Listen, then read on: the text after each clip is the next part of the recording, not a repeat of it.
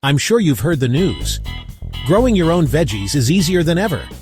But how long do those little seeds actually take to sprout? Alright, let's kick it off. Radishes are sprinters. Just 3 days and they pop up. Lettuce takes a week, so salad fans get ready fast. Carrots? A bit shy, usually 14 days. Beans are speedy at 7 days, while tomatoes show up in 6 to 10. Peppers play hard to get, wait 10 to 21 days. Spinach, 5 to 10 days. Cucumbers, about a week. Zucchini, 7 days. Corn, 7 days too. Peas, 7 to 10 days. Broccoli, 5 to 10. Cabbage, 7 to 10. Beets, 5 to 10 days.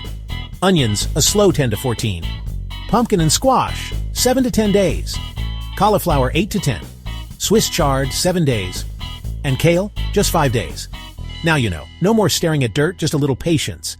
Like, share, and subscribe to keep your garden and our channel growing. Happy planting!